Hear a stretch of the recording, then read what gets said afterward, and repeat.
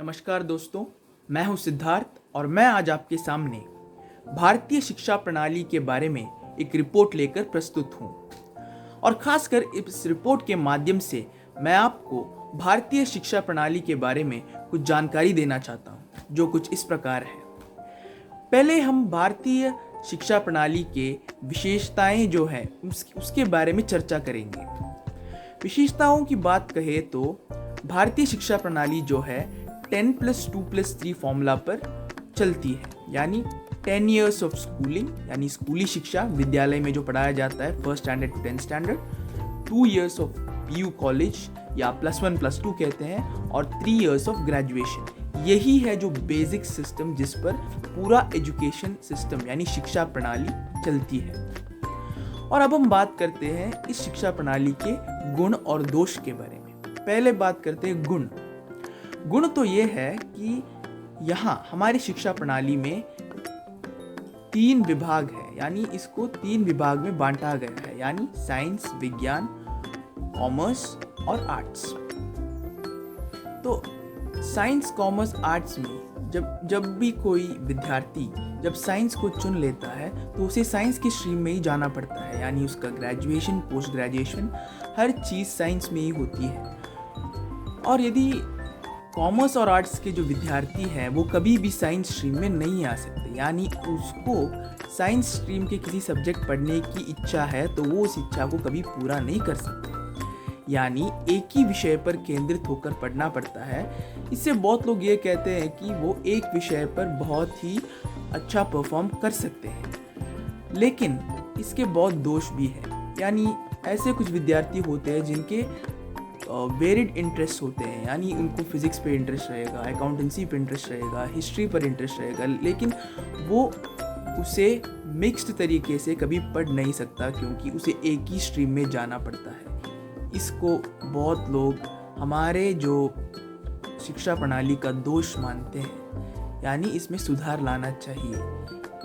और एक और जो है, बहुत लोगों का ये मानना है कि हमारी जो शिक्षा प्रणाली है वो रॉट लर्निंग यानी रट्टा मारना, इसको बहुत इम्पोर्टेंस यानी इसको बहुत मान्यता देती है और इसी पर चलती है, यानी रट्टा मारकर भी हम अच्छे अंक ला सकते हैं, ऐसा एक माहौल बनाए रखा है।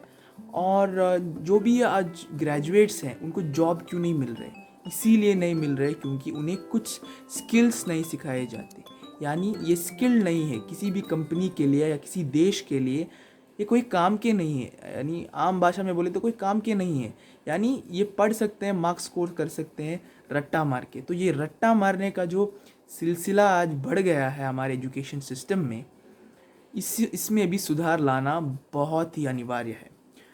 तो एक और बात करें तो हमारी जो एजुकेशन सिस्टम है, ये जो अंग्रेज़ों ने लाया था 200 साल पहले, जो इम्प्लीमेंट किया था वही चल रहा है, यानी बस सिलेबस में थोड़ा चेंजेस लाए हैं टाइम के अनुसार, लेकिन जो बेसिक एजुकेशन सिस्टम है वह वही रहा है।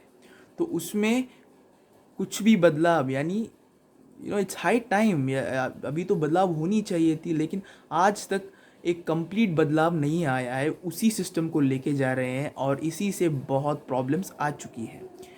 ये 3 इडियट्स मूवी के माध्यम से भी हमें ये पता चलता है कि हमारे एजुकेशन सिस्टम के कितने फॉल्ट्स हैं, वो सब उस मूवी में दिखाए गए हैं। और उसी मूवी के बाद हमारे देश के युवा जो हैं इसके बारे में जागरूक हो गए हैं और बोलने लगे कि हमारे एजुकेशन सिस्टम में इतने फॉल्ट्स हैं।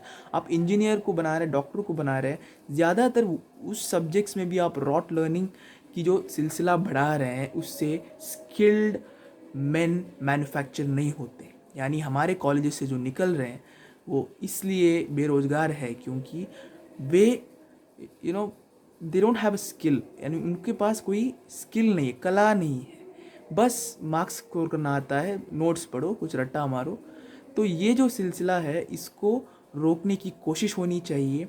और मैं इससे बहुत खुश हूँ कि ये जो न्यू एजुकेशन पॉलिसी आ चुकी है, इसमें बहुत सारी ऐसी चीज़ें हैं जिससे हम भारतीय शिक्षा प्रणाली में एक सुधार ला सकते हैं। तो आइए वेट करते हैं न्यू एजुकेशन पॉलिसी कैसा रहेगा और क्या इन चीज़ों पर सुधार लाया जाएगा, देख लेंगे। और आशा करता हूँ कि आप मेरी जानकारियों से और रिपोर्ट से बहुत ही खुश हैं। धन्यवाद एवं शुभ दिन।